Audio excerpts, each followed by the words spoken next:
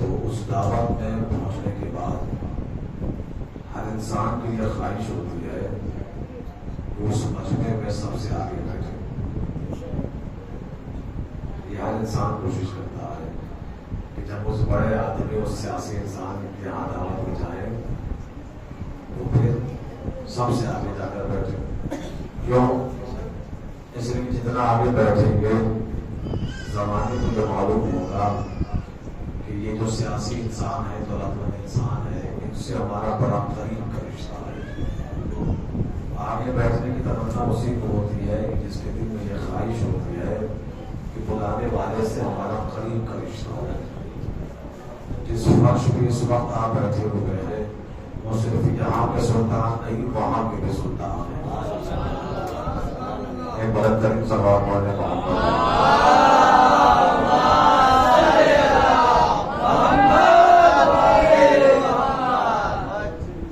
قرآن کریم سورہ جمعہ کی ایک آیت کی پیش نظر میں نے کل گفتگو کا آغاز کیا ہے. رسول کو دنیا میں مبعوث کرنے کی وجہ کیا ہے؟ نبی کو دنیا میں کیوں بھیجا ہے اللہ نے؟ وہ مقاصد پروردگار قرآن میں بیان فرماتا ہے کہ جو رسول ہم نے بھیجا ہے اس کا پہلا کام یہ ہے کہ وہ تمہارے سامنے میری آیتوں کی تلاوت کرتا ہے، مغرب کی، اور پھر تمہارا تزکیہ نفس کرتا ہے، تمہیں پاک و پاکیزہ بناتا ہے. یعلمہم الکتاب، اور جب تم پاک و پاکیزہ ہو جاتے ہو، تمہارا ظرف پاک ہو جاتا ہے، تو پھر وہ رسول، وہ نبی تمہیں اسی کتاب کی تعلیم دیتا ہے کہ جس کتاب کی تلاوت ہو کر چکا ہے. اور جب تم علم حاصل کر چکے ہو، اب تم اس لائق ہو گئے ہو کہ تمہیں حکمت عطا کر دی جائے. تو رسول کے دنیا میں آنے کے 4 مقصد قرآن نے بیان کیے ہیں. یتلو علیہم آیاتہ، اس کا پہلا کام یہ ہے کہ وہ تمہارے سامنے میری آیتوں کی تلاوت کرتا ہے. اس کا دوسرا کام یہ ہے کہ تلاوت کے بعد وہ تمہارا تزکیہ نفس کرتا ہے، تمہیں پاک و پاکیزہ بناتا ہے. تیسرا کام اس کا یہ ہے کہ جب تم پاک و پاکیزہ ہو جاتے ہو تو پھر وہ تمہیں کتاب کی تعلیم دے گا. دیکھیں مجلس جب میں پڑھ رہا ہوں تو نظر میری طرف رکھیں. اس وقت سب سے خوبصورت چہرہ میں ہوں. ایک بلند سوال پڑھنے کو ہم کروا دیں.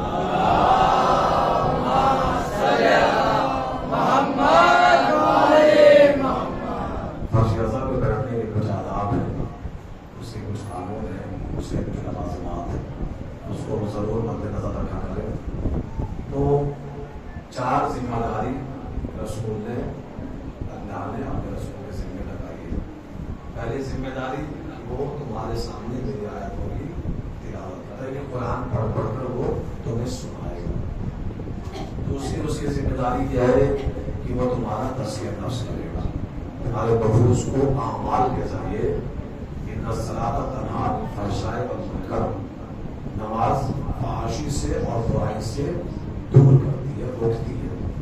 تو جو اعمال ہے، جتنے بھی اعمال ہیں شریعت نے وہ صرف کس لیے ہے؟ تزکیہ نفس کے لیے، نفس کو پاک بنانے کے لیے.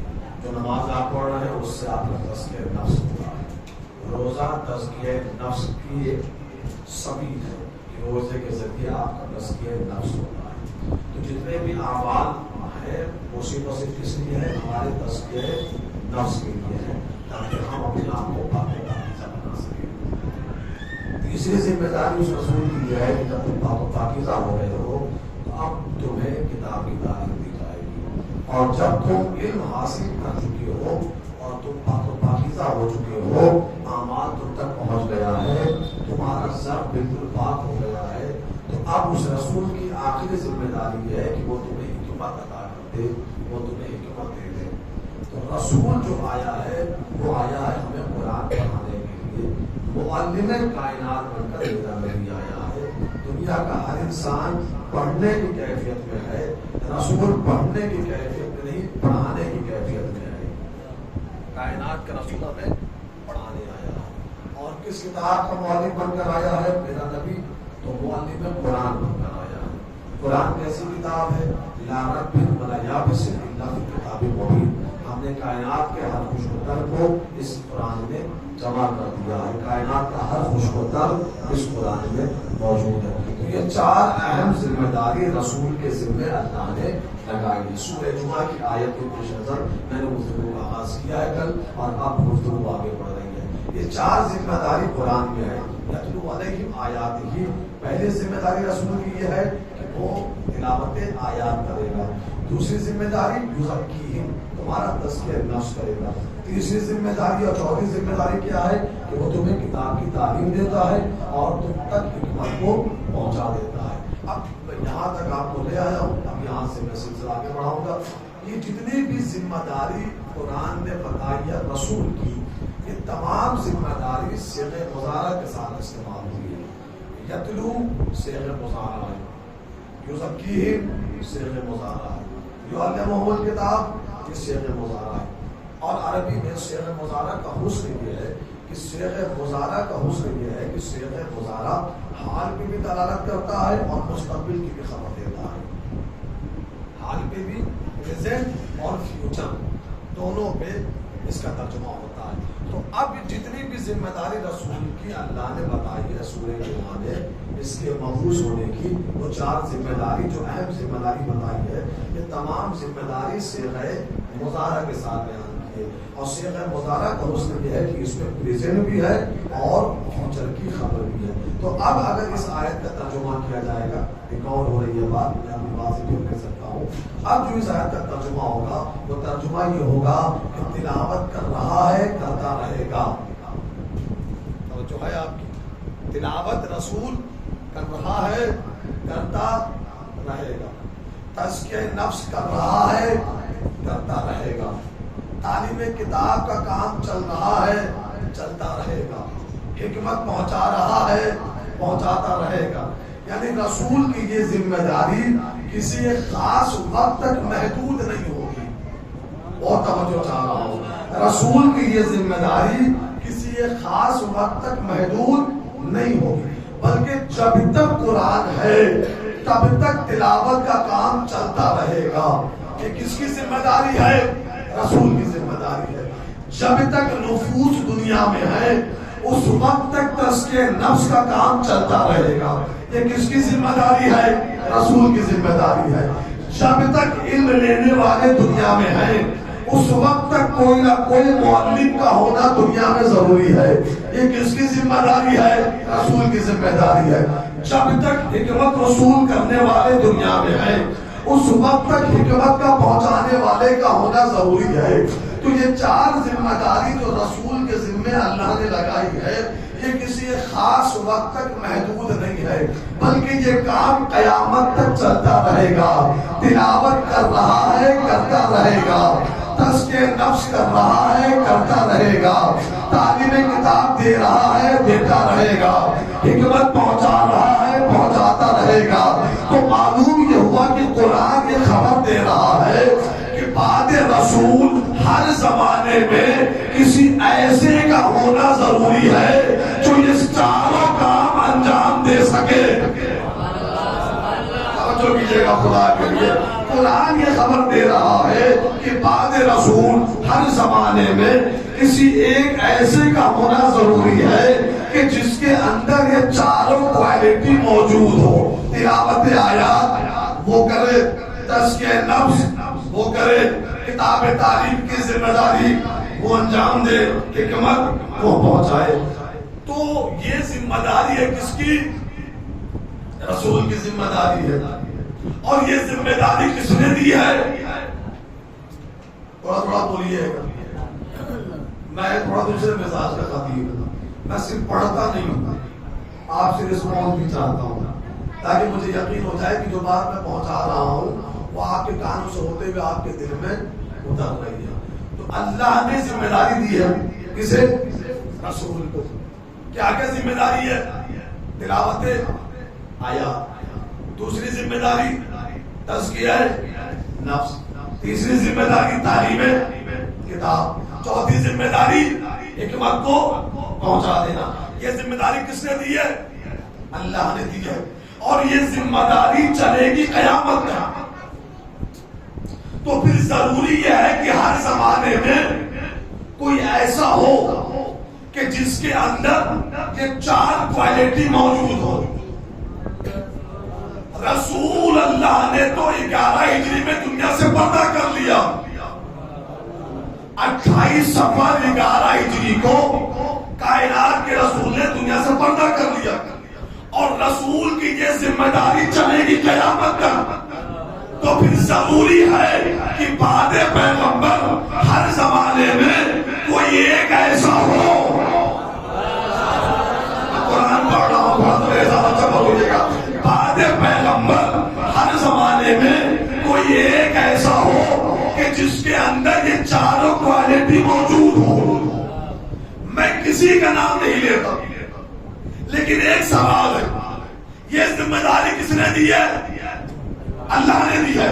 جب ذمہ داری اللہ کی طرف سے ہے تو پھر ضروری ہے کہ ذمہ دار بھی اللہ کی طرف سے ہو۔ جو کیجیے گا خدا کے لیے، جب یہ ذمہ داری اللہ کی طرف سے ہے تو پھر ضروری ہے کہ ذمہ دار بھی اللہ کی طرف سے ہو۔ بعد پیغمبر مسند رسالت پر میں سارے نام ساری تاریخ کو الگ رکھ رہا ہوں کہ کون آیا کون نہیں آیا۔ میں تو قرآن سے گفتگو کر رہا ہوں کہ بعد پیغمبر مسند رسالت پر جو بھی بیٹھے گا اس کے اندر کم از کم یہ چار کوالٹی حضور قرآن ہونی چاہیے۔ پہلے تو عہد رسالت میں رسول اللہ کی زندگی میں ڈھونڈا جائے کہ آیا رسول اللہ نے اپنی زندگی میں یہ چاروں ذمہ داری کسی کے حوالے کی ہے؟ توجہ کیجیے گا خدا کے لیے، کیا رسول اللہ نے اپنی زندگی میں یہ چاروں ذمہ داری جو رسالت کی ذمہ داری ہے، کیا رسول نے اپنی زندگی میں یہ ذمہ داری کسی کے حوالے کی ہے؟ اگر وہ مل گیا تو پھر بعد پیغمبر اسی کا نام تھاما جائے گا کہ جسے رسول نے اپنی زندگی میں یہ ذمہ داری دی ہے۔ تو رسالت کی پہلی ذمہ داری ہے تلاوت آیتوں کی تلاوت کرنا۔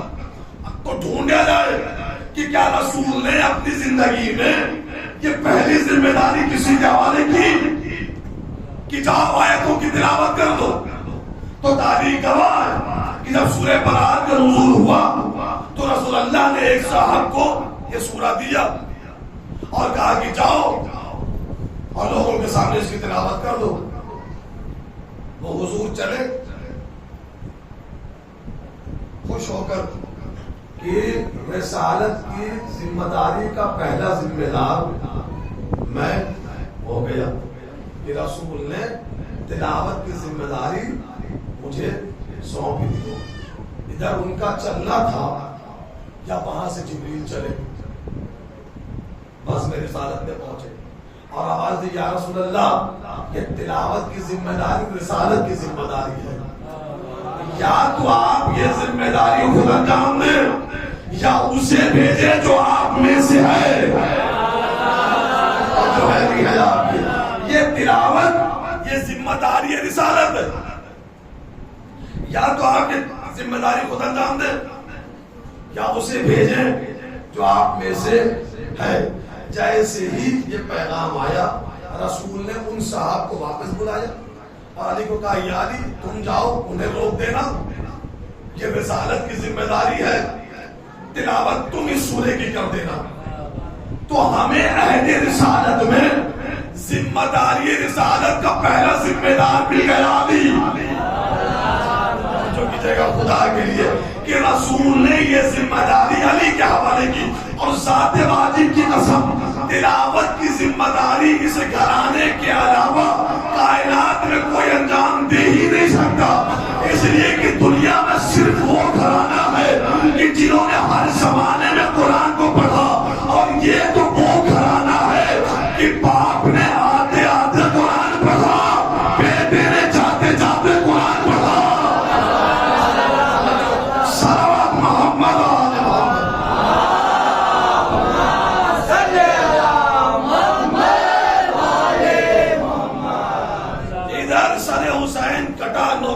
پہ بلند ہوا، حسین نے قرآن پڑھنا شروع کر دیا۔ پہلی بات تو میرا مولا بتا رہا تھا کہ یاد رکھو ہم بولنے کے لیے جسم کے محتاج نہیں ہیں، ہم کلام کرنے کے لیے روح کے محتاج نہیں ہیں۔ ہم نے تو اس وقت کلام کیا ہے کہ جب کائنات تھی ہی نہیں، اس وقت بھی ہم نے کلام کیا۔ سر کٹا، لوگ کی نوزیہ پر بلند ہو گیا، حسین نے تلاوت کرنا شروع کر دیا۔ یہ سر حسین نہیں، قرآن ناطق تھا۔ نیزے پر دیکھنے کے لیے سر حسین تھا، اصل میں قرآن ناطق کو نیزے پہ بلند کیا گیا تھا۔ اور خدا کی قسم میں نے تاریخ اسلام میں 2 قرآن نو کے نیزہ پہ دیکھا، پوری تاریخ اسلام میں 2 قرآن نو کے نیزہ پہ دیکھا میں نے، ایک صفین کے میدان میں، ایک کربلا کے میدان میں، لیکن دونوں قرآن میں بڑا فرق نظر آیا۔ صفین کے نیزے کا قرآن خاموش تھا، کربلا کے نیزے کا قرآن بول رہا تھا۔ اور حسین نے بتا دیا کہ دیکھو ہم جسم اور سر کے محتاج کلام کرنے کے لیے نہیں ہیں۔ تو عہد رسالت میں پہلا ذمہ دار مل گیا، کہ پہلا ذمہ دار، یہ ذمہ داری علی کے ہمارے رسول نے کی ہے۔ بس تھوڑا بولتے رہیے گا۔ ادھر سر کٹا، لوگ کے نظر بلند کو کلام کرنا شروع کر دیا۔ اور میں نے کہا کہ یہ سر نہیں تھا، قرآن تھا۔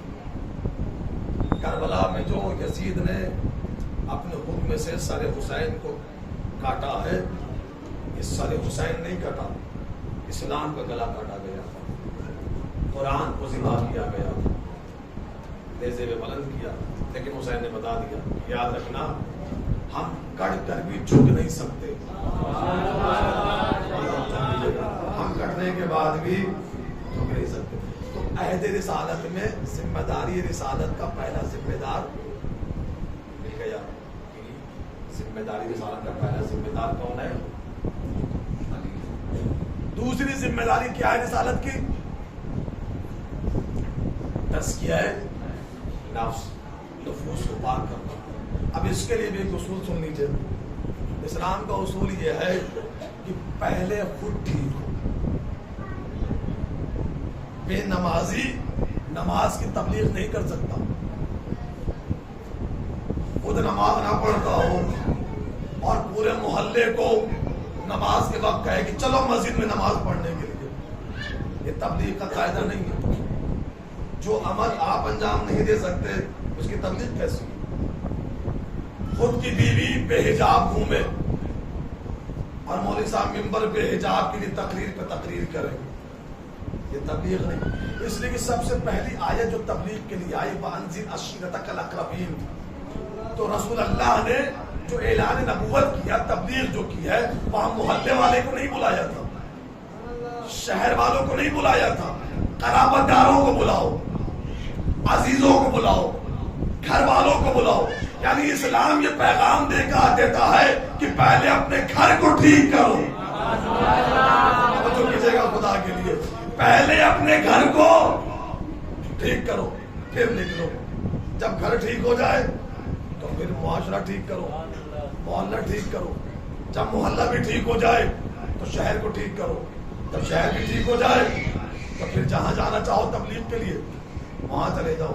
یہ نہیں ہو سکتا کہ خود کا بیٹا نماز فجر میں سوتا رہے اور باپ پورے محلے میں نماز فجر کی تبلیغ کرے۔ نہیں، پہلے اپنے بیٹے کو نماز کا عادی بنائیے، پہلے اپنی زوجہ کو نماز کا عادی بنائیے، پہلے اپنی بیٹیوں کو نماز کا عادی بنائیے۔ آپ اپنا گھر درست کیجئے، معاشرہ خود بخود سدھر جائے گا۔ آپ کا نماز پڑھنا اس بات کی دلیل نہیں ہے کہ ہر آدمی بے نمازی ہے۔ آپ کا نماز پڑھنا اس بات کی دلیل نہیں ہے کہ پھر آپ کے علاوہ دنیا میں ہر آدمی بے نمازی ہے۔ نماز معراج ہے مومن کے لیے، نماز عمود دین ہے۔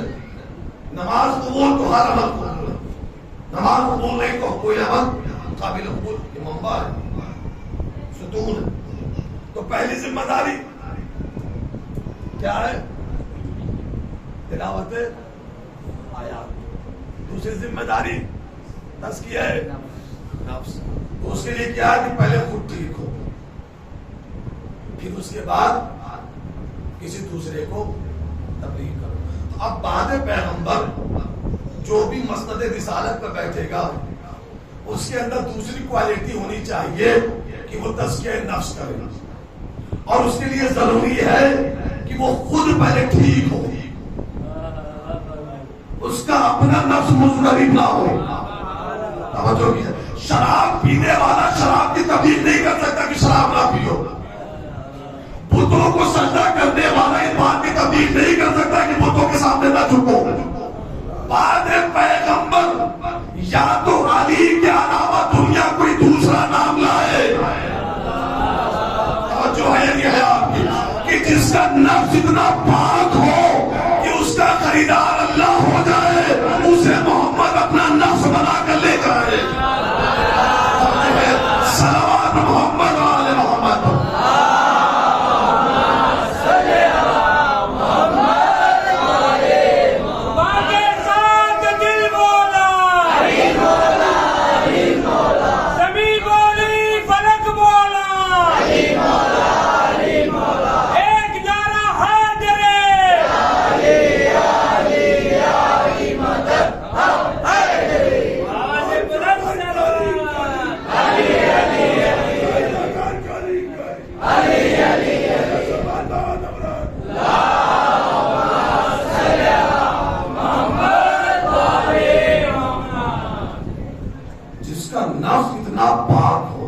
دنیا میں کسی کا نفس اتنا مطمئن نہیں،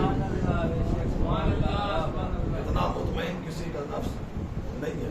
تو تزکیہ نفس وہ کر سکتا ہے کہ جو خود اتنا پاک ہو. بھائی جتنے بھی اعمال میں نے شروع میں آپ کی سماعت کے بارے میں جتنے بھی اعمال ہمارا انجام دیتے ہیں وہ کس لیے دیتے ہیں؟ تزکیہ نفس کے لیے. شریعت نے جو اعمال بتائے ہیں وہ ہمارے تزکیہ نفس کے لیے. نماز کیوں پڑھ رہے ہیں آپ؟ تزکیہ نفس سے. ٹھنڈ رات ہے، گھر بستر اوڑھے ہوئے بندہ سو رہا ہے، بالکل گہری نیند میں، ٹھنڈک ہے، کوئی گھر سے باہر نہیں نکل رہا. اگر مؤذن نے آواز دی اللہ اکبر، نفس کا جہاد شروع ہو گیا. اٹھو، گھر بستر چھوڑا، ٹھنڈے پانی سے وضو کیا، مصلی پہ کھڑا ہوا، قبلہ رخ ہوا، دونوں ہاتھوں کو اٹھایا، قربتاً اللہ. معبود میں نے ٹھنڈک برداشت کی ہے، گھر بستر چھوڑا ہے، نیند کو قربان کیا ہے. کیوں؟ تیری قربان کے لیے، تیری رضا کے لیے. میری نیند قربان، میرا سکون قربان، ٹھنڈک برداشت. کیوں؟ تو ہم سے راضی ہو جا. شدید گرمی میں انسان روزہ رکھے ہوئے، شدید گرمی، بھوک کا غلبہ بھی ہے، پیاس کی شدت بھی ہے، سامنے کھانا بھی رکھا ہوا ہے، پانی بھی رکھا ہوا ہے، بند کمرہ ہے، کوئی دیکھنے والا بھی نہیں. توجہ کیجیے گا خدا کے لیے. شدید گرمی ہے، بھوک کا غلبہ بھی ہے، پیاس کی شدت بھی ہے، سامنے کھانا بھی ہے، پانی بھی ہے، بند کمرہ ہے، کوئی دیکھنے والا نہیں. لیکن نہ کھانے کو ہاتھ لگا رہا ہے، نہ پانی کو ہاتھ لگا رہا ہے. کیوں؟ قربتاً اللہ. میں نے یہ بھوک صحیح ہے تیری رضا کے لیے، میں نے پیاس برداشت کیا ہے کہ تو مجھ سے راضی ہو جا. محنت سے مال کمایا، اپنا مال یتیموں میں بانٹ رہا ہے، بیواؤں کو دے رہا ہے، مسکینوں کو دے رہا ہے، غریبوں کو دے رہا ہے. کیوں؟ قربتاً اللہ. معبود یہ مال میں لٹا رہا ہوں، کیوں؟ تو راضی ہو جا. محنت سے مال کمایا، گھر سے بھول گیا، پیسہ خرچ کر کے بیت اللہ کا طواف کر رہا ہے. کیوں؟ قربتاً اللہ. معبود میں نے پیسے خرچ کیے ہیں، سفر کی صحبتوں کو برداشت کیا ہے. کیوں؟ اس لیے کہ تم مجھ سے راضی ہو جا. یعنی جو کچھ بھی انسان عمل انجام دے رہا ہے، مقصد کیا ہے اس کا؟ اللہ راضی ہو جائے، اللہ راضی ہو جائے، اللہ راضی ہو جائے، اللہ راضی ہو جائے. اور نبی تو نبی، میں نے نبیوں کی انسان نبیوں کی فہرست میں نے کہیں دیکھا. آدم روتے رہے، اللہ راضی ہو جائے. تو پتھر کھاتے رہے، اللہ راضی ہو جائے. ابراہیم آگ میں چلے گئے، اللہ راضی ہو جائے. یعقوب نے بیٹے کی جدائی کو برداشت کیا، اللہ راضی ہو جائے. یوسف باپ کے فراق میں تڑپتے رہے، اللہ راضی ہو جائے. موسیٰ قوم کی اذیتیں سہتے رہے، اللہ راضی ہو جائے. عیسیٰ قوم کی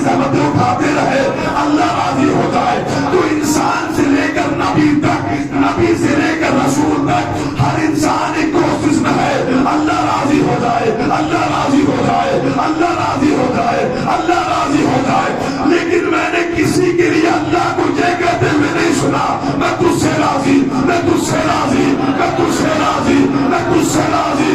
پوری کائنات چکر میں تھی اللہ راضی ہو جائے، اللہ راضی ہو جائے، اللہ راضی ہو جائے۔ اس نے کبھی کسی سے نہیں کہا میں تجھ سے راضی، میں تجھ سے راضی، میں تجھ سے راضی۔ ہاں ایک شخص ایک بستر پر چادر تان کر سو گیا، اس نے آیت بھیجی وَمِنَ النَّاسِ مَن يَشْرِي نَفْسَهُ ابْتِغَاءَ مَرْضَاتِ اللَّهِ۔ آئے علی دنیا مجھے راضی کرنے پہ لگی ہے، میں تجھ سے راضی ہو گیا۔ صلوات محمد و آل محمد۔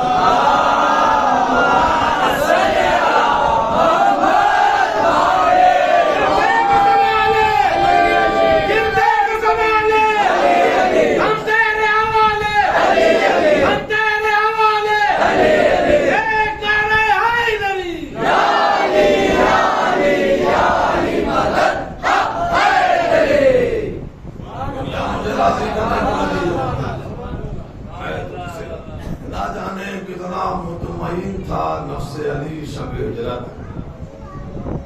کہ ادھر میرا مولا سویا اور ادھر توحید میں سودا کر لیا۔ سونے والے اب اس سے لفظ کو اگر آپ نے محسوس کر لیا، اردو سننے والے بھی لوگ موجود ہیں میرے سامنے، نہ جانے علی کا سونا کیسا سونا تھا، نہ جانے میرے مولا کا سونا کیسا سونا تھا کہ یہ سونا اسے پسند آ گیا۔ اس نے کہا یہ میرے مولا نے خود کہا کہ جیسی نیند شب ہجرت آئی علی کو نہ ایسی نیند اس سے پہلے آئی نہ اس کے بعد آ سکتی۔ تو سکون ہو کر میرا مولا سویا، ادھر سویا اور ادھر وہ خریدار بن کر آ گیا۔ سونے والے اپنا نفس بیچ دو۔ اگر علی کی جگہ پہ ہمارے جیسا کوئی مولوی ہوتا اور اتنا بڑا خریدار سودا کرنے آتا تو ہم تو فیس لے کر بیٹھ جاتے کہ اچھا نفس چاہیے تو یہ بھی دے دے اور یہ بھی دے دے اور یہ بھی دے دے اور جنت بھی دے دے اور گناہوں کی قطاریں بھی دے دے اور غلمان بھی دے دے اور جنت کی نہریں بھی دے دے اور کوثر بھی دے دے اور یہ بھی دے دے اور وہ بھی دے دے۔ اور وہاں عالم یہ ہے کہ وہ اطمینان سے چادر تان کر سوئے ہوئے ہیں۔ میں نے کہا یا علی اتنا بڑا خریدار ہے، توحید خریدار ہے، جو مانگ لیجئے گا وہ مل جائے گا، اور آپ ہے کہ اطمینان سے سوئے ہوئے ہیں۔ عجب نہیں میرا مولا آواز دے چاہیے لمن میں قیمت مانگوں گا بندہ ہونے کی حیثیت سے۔ خدا کے لیے میں قیمت مانگوں گا بندہ ہونے کی حیثیت سے، وہ قیمت دے گا اللہ ہونے کی حیثیت سے۔ میرا مانگنا محدود ہوگا، اس کا عطا کرنا نامحدود ہوگا۔ میرا مانگنا ختم ہو جائے گا، اس کی عطا شام محشر تک رہے گی۔ نفس میرا ہے، خریدار اللہ ہے، وہ جو چاہے وہ قیمت لگا لے۔ اس نے بھی دیکھا مجھ بے نیاز کا بے نیاز بندہ ہے، قیمت مانگے گا نہیں، اپنے اس بندے کو کو کیا دوں؟ کائنات کے خزانے کی چابیاں محمد کو دے چکا، ساتوں زمین ساتوں آسمان زہرا کو دے چکا، چاند سورج ستارے حسن کو دے چکا، پوری جنت حسین کو دے چکا۔ ایک بچی ہے میری مرضی، مرضی لے دو نفس دے دو۔ صلوات محمد آل محمد۔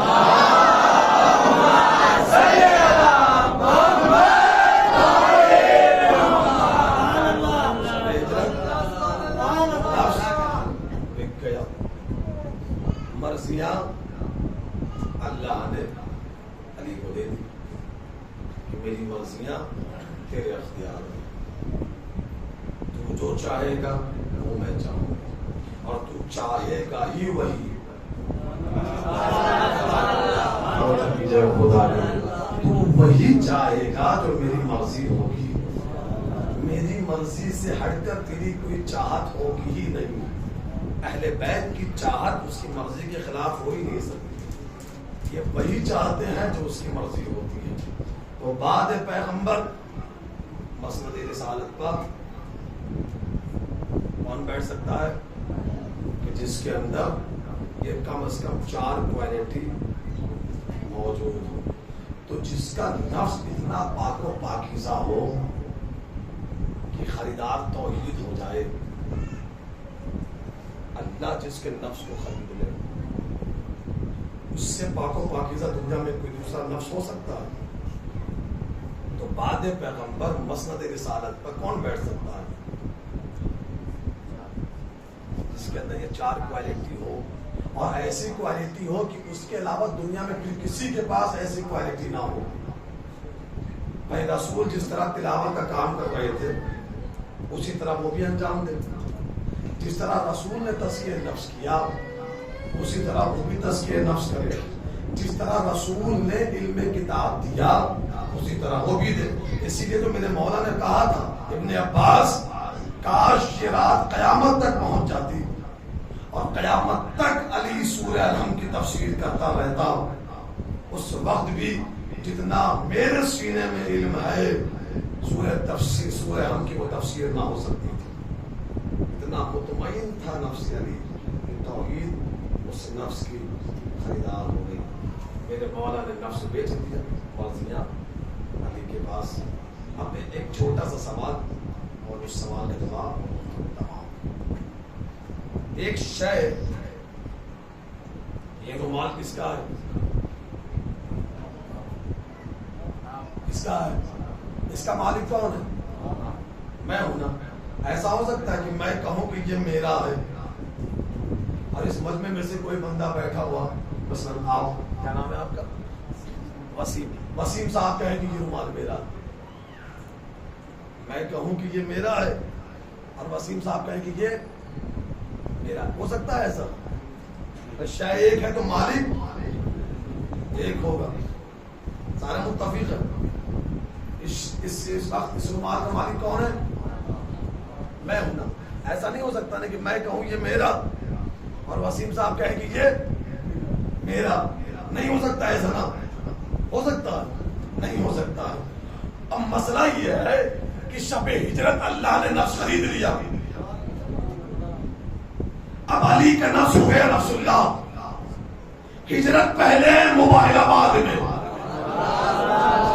میرے ساتھ ہم سفر نہیں ہوئے آپ، ہجرت پہلے ہے موبائل آباد میں۔ ہجرت میں کہہ رہا ہے یہ میرا ہے، موبائل میں اللہ اپنے نبی سے کہہ رہا اپنے نفس کو لے کر جاؤ، اور یہ بھی میرا نبی بھی علی کو ہی اپنا نفس بنا کر لے کر گیا۔ شاید تھی مالک دو ہو گئے، شاید تھی، نہ جانے ذات علی میں کیا طرزم ہے کہ وہ کہے میرا، یہ کہے میرا، اللہ کہے میرا، محمد کہے میرا۔ سخت منزل ہے، آسان نہیں ہے، لیکن اگر قرآن پہ نظر ہو تو ہر مشکل آسان ہے۔ شب ہجرت اللہ نے نفس علی کو خرید لیا، اور مباہلے میں اللہ کہہ رہا ہے اپنا نام اپنا ونساءنا ونساءکم وانفسنا وانفسکم۔ ان سے کہہ دو تم اپنے بیٹوں کو لاؤ، اپنے بیٹوں کو لائیں، تم اپنی عورتوں کو لاؤ، اپنی عورتوں کو لائیں، تم اپنے نفس کو لاؤ، ہم اپنے نفس کو لائیں۔ تو رسول بھی اپنے نفس بنا کر کسے لے گئے؟ کسے لے گئے؟ شے ایک تھی، مالک دو ہو گئے۔ وہ کہہ رہا ہے میرا، یہ کہہ رہا ہے میرا۔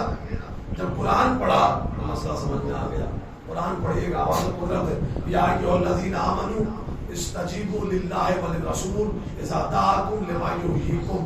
اے ایمان کے دعوے دارو، جب بھی اللہ اور اس کے رسول تمہیں پکارے، آواز دے، تو فوراً اس کی آواز پہ لبیک کہو۔ کیوں؟ لما یحییکم، تاکہ میرا نبی تمہیں حیات دے دے، میرا نبی تمہیں حیات دے دے۔ لیکن مس کال نہ دیا کیجیے، بہت سے لوگ جملے پہ مس کال دیتے ہیں، مس کال نہیں، پوری کال کیا کریں۔ ایسا بات پڑھ لیں محمد علی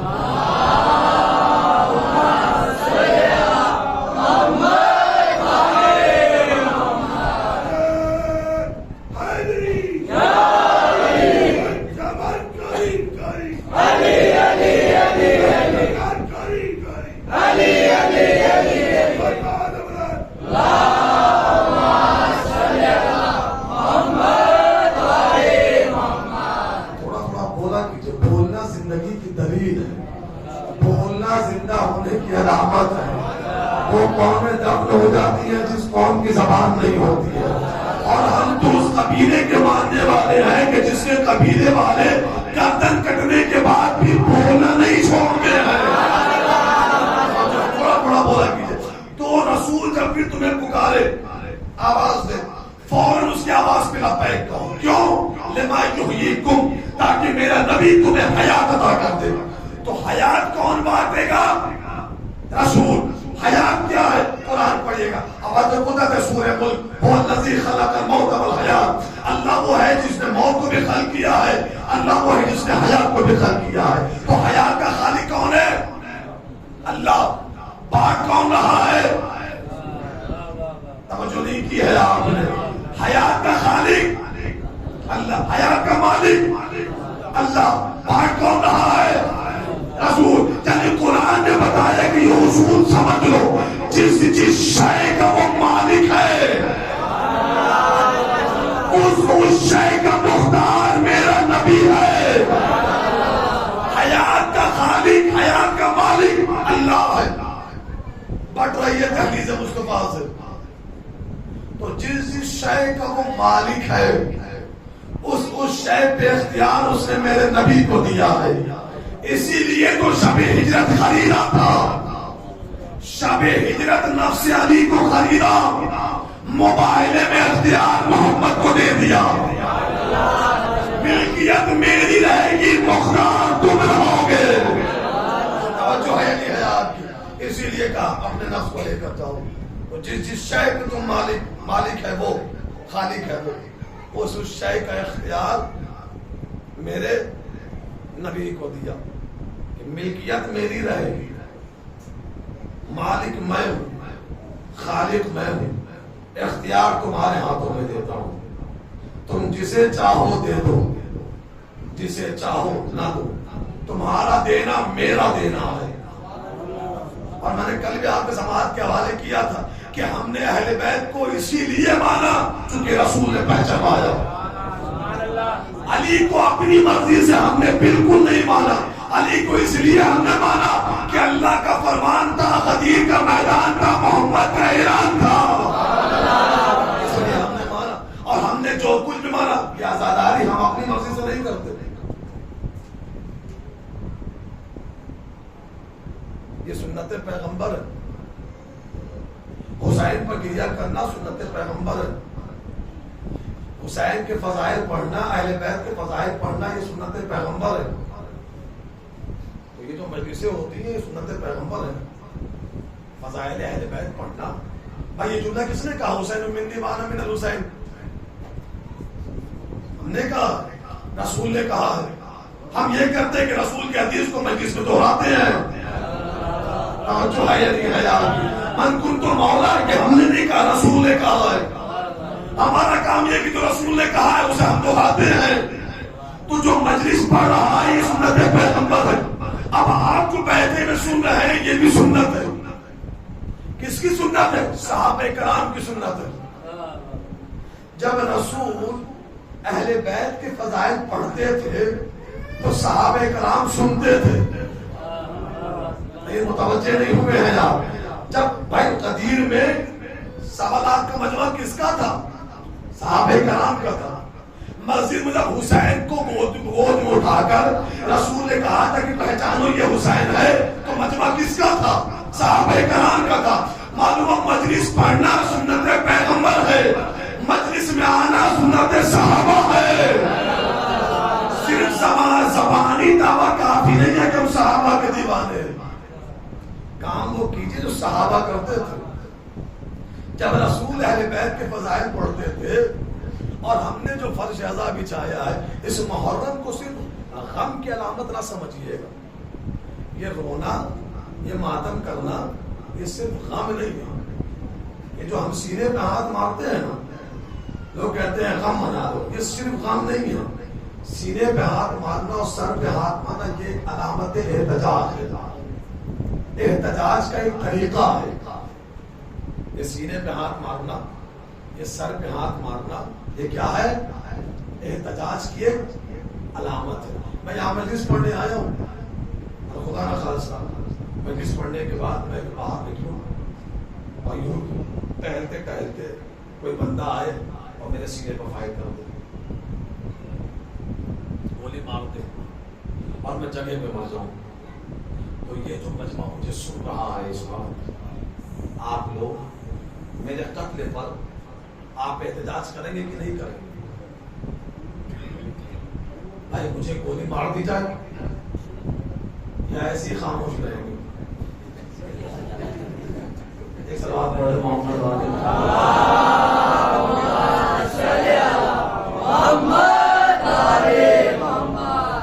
یہاں ابھی باہر نکلوں، بہت توجہ چاہ رہا ہوں خدا کی، بس آخری گفتگو کرنے لگا، ابھی یہاں سے میں مجلس پڑھ کر نکلوں اور کوئی بندہ آ کر مجھے گولی مار دے اور میں جگہ پر مر جاؤں اور وہ گولی مار کر بھاگ جائے، گولی مار کر بھاگ جائے، یہ جو آپ بیٹھے ہوئے اس وقت آپ تمام لوگ میری لاش کو اپنے شہر کے چوراہے پر رکھ کر تھوڑی دیر تو احتجاج کریں گے نا کہ بھائی ہمارا مہمان تھا، کسی انجان نے گولی مار دی ہے اور گولی مار کر بھاگ گیا ہے، اسے گرفتار کرو، قاتل کون تھا، کہاں سے آیا تھا، کیا نام تھا، بندوق کہاں سے آئی تھی، پیسہ کس نے لگایا تھا، منصوبہ کس نے بنایا تھا، یہ ساری تفتیش کریں گے نا، کیوں؟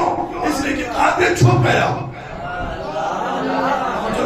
قاتل چھپ گیا، تو یہ سارا مجمع میری لاش کو چوراہے پر رکھ کر گھنٹے 2 گھنٹے آدھا دن 1 دن 2 دن احتجاج کرے گا، اور اس مجمع کی ڈیمانڈ کیا ہوگی کہ مولانا کا قاتل کون ہے اس کو گرفتار کیا جائے، لیکن آپ کریں گے احتجاج 1 دن 2 دن 3 دن، اس کے بعد آپ اپنے اپنے کاموں میں بزی ہو جائیں، محسوس نہ کیجیے گا، فطری بات ہے، اپنے اپنے کام میں بزی ہو جائیں گے، لیکن جہاں سے میں آیا ہوں جو میرا وطن ہے، وطن والوں کا احتجاج آپ کے احتجاج سے بڑا ہوگا، کیوں؟ اس لیے کہ وطن والے مجھ سے آپ سے زیادہ قریب ہیں، توجہ ہے یا نہیں ہے یار؟ آپ کہانی سمجھ رہے ہیں، میں پوری تاریخ بتا رہا ہوں، وطن والے آپ سے زیادہ مجھ سے قریب ہے، اور وہ جو جتنا قریب ہوتا ہے اس کا احتجاج اتنا بڑا ہوتا ہے، وطن والے آپ سے بڑا احتجاج کریں گے، اور ان کی بھی ڈیمانڈ ایک ہوگی، قاتل کون ہے، قتل کس نے کیا، بندوق کہاں سے آئی، پیسہ کس نے دیا تھا، منصوبہ کس نے بنایا تھا، قاتل کس شہر کا تھا، قاتل کا باپ کون تھا، قاتل کس گھرانے سے تھا، قاتل کس قبیلے سے تھا، قاتل آیا کہاں سے تھا، یہ وطن والے احتجاج کریں گے، لیکن وطن والے بھی مہینے 2 مہینے احتجاج کے بعد خاموش ہو جائیں گے، مہینے 2 مہینے کے احتجاج کے بعد خاموش ہو جائیں گے، لیکن جو میرا خون ہے، خدا کرے کہ بات پہنچ جائے آپ تک، جو میرا خون ہے، جو میرے اپنے ہیں، جو میرے رشتہ دار ہیں، وہ خاموش نہیں بیٹھیں گے، وہ احتجاج کرتے رہیں گے، احتجاج کرتے رہیں گے، احتجاج کرتے رہیں گے، اور ڈیمانڈ ایک ہوگی، قاتل کو بے نقاب کرو، قاتل کو گرفتار کرو، قاتل کو سامنے لاؤ، اور اگر ان کی ڈیمانڈ پوری نہیں ہوگی پھر وہ سڑکوں پر نکلیں گے، چوراہوں پر نکلیں گے، جلوس نکالیں گے، جو ہے نہیں ہے آپ کی، پھر وہ سڑکوں پر نکلیں گے، چوراہوں کو جام کریں گے، اور ڈیمانڈ ایک ہوگی، قاتل کو گرفتار کرو، قاتل کو بے نقاب کرو، قاتل کو بے نقاب کرو، دنیا ہم سے پوچھ رہی ہے مجلسیں کب تک کرتے رہو گے، ماتم کب تک کرتے رہو گے، جلوس کب تک نکالتے رہو گے، عزاداری کب تک کرتے رہو گے، دنیا والوں تم اہل بیت کے قاتلوں کو چھپانا چھوڑ دو، تم اہل بیت کے قاتلوں کو چھپانا چھوڑ دو، جب تک اہل بیت کے قاتل چھپائے جاتے رہیں گے ہمارا احتجاج بشکل ماتم ہوتا رہے گا، اور ہمیں پتا ہے کہ تم قیامت تک قاتلوں کو بے نقاب نہیں کرو گے، اس لیے ہمارا یہ احتجاج اللہ کی عدالت روز محشر تک جائے گا، قاتل کو بے نقاب کرو، محرم صرف غم کی علامت نہیں ہے، بلکہ ایک جملہ کہوں گا، دنیا کے سب سے بڑے ظلم کے خلاف سب سے بڑی تحریک کا نام محرم ہے. سب سے بڑے ظلم کے خلاف سب سے بڑی تحریک کا نام محرم. اہل بیت کے قاتل ہر زمانے میں چھپائے جاتے رہے. اسی لیے تو حسین نے کربلا کا انتخاب کیا تھا کہ میرا قاتل کسی پردے میں چھپ نہیں سکتا. بات جانے کے رامی گفتگو تمام ہو گئی. زندگی رہی تو انشاءاللہ کل آپ کے سامنے پھر سے حاضر ہوتا ہوں. یقیناً کل بھی میں نے آپ کے سماعت کے حوالے کیا تھا یہ جملہ کہ 10 محرم کو بہت ظلم ہوا کربلا میں. ظلم کی انتہا کا نام عاشورہ ہے، لیکن اصل ظلم 10 محرم کے بعد شروع ہوا.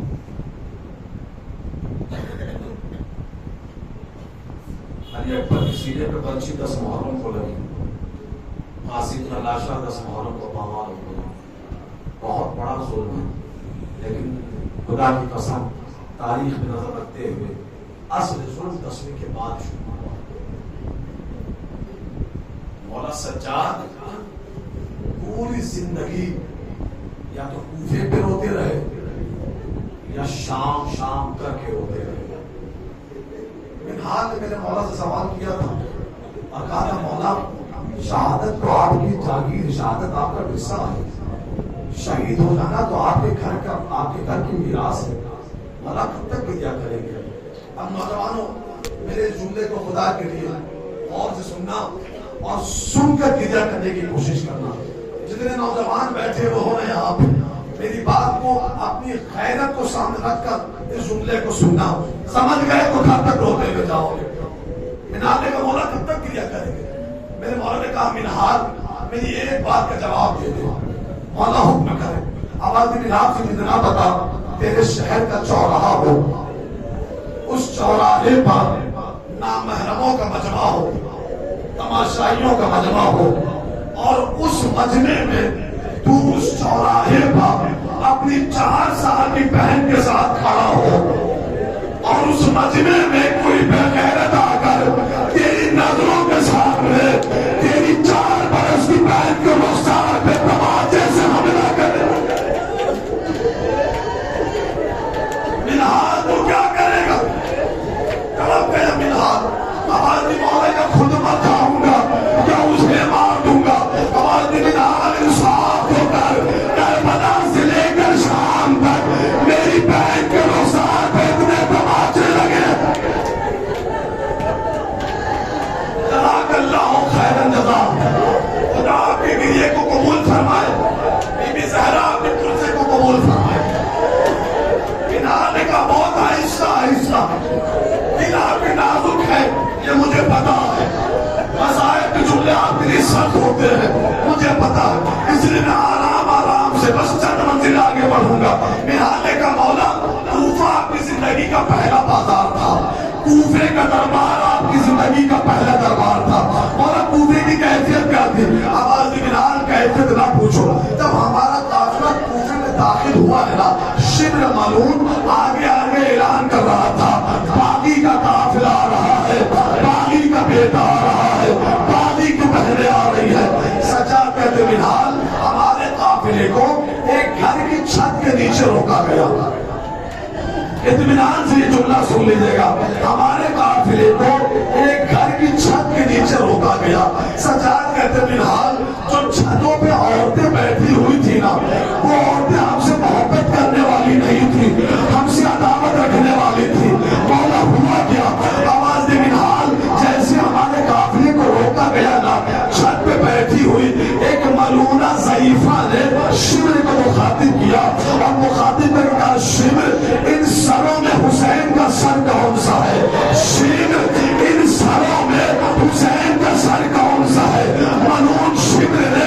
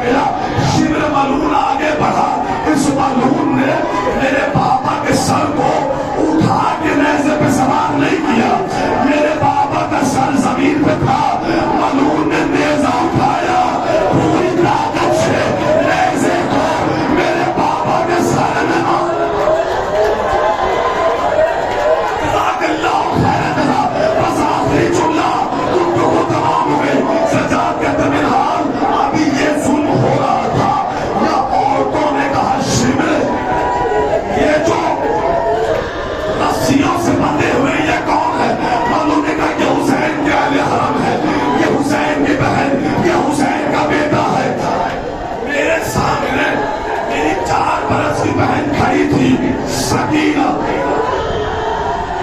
جتنے اس مجمع میں باپ بیٹھے ہوئے ہو نا, اللہ نے جسے بیٹی عطا کی ہے, 2 لمحے کے لیے اس جملے کو محسوس کرنا. سجاد کہتے منحال جیسی اسے خبر لگی نا کہ یہ حسین کی بیٹی سکینہ ہے, سجاد کہتے منحال قیامت کیوں نہ گئی. اس ملعونہ نے ایک برتن میں کھولتا ہوا گرم پانی میری 4 سال کی بہن کے سر کے اوپر کھولتا ہوا پانی ڈالا. یا میری بہن رو کے بل زمین پر رو رو کے کہتی تھی بھیا سجاد میری دم گھٹ رہا ہے, سجاد میری سانسیں رک رہی ہے, یا بیمار نے ہتھیلیاں سنبھالی. سجاد نے سکینہ کو آغوش میں لیا, بابا کے سر کو دیکھا, بابا حسین ذرا کوفے کے بازار تیرے بیٹے کو.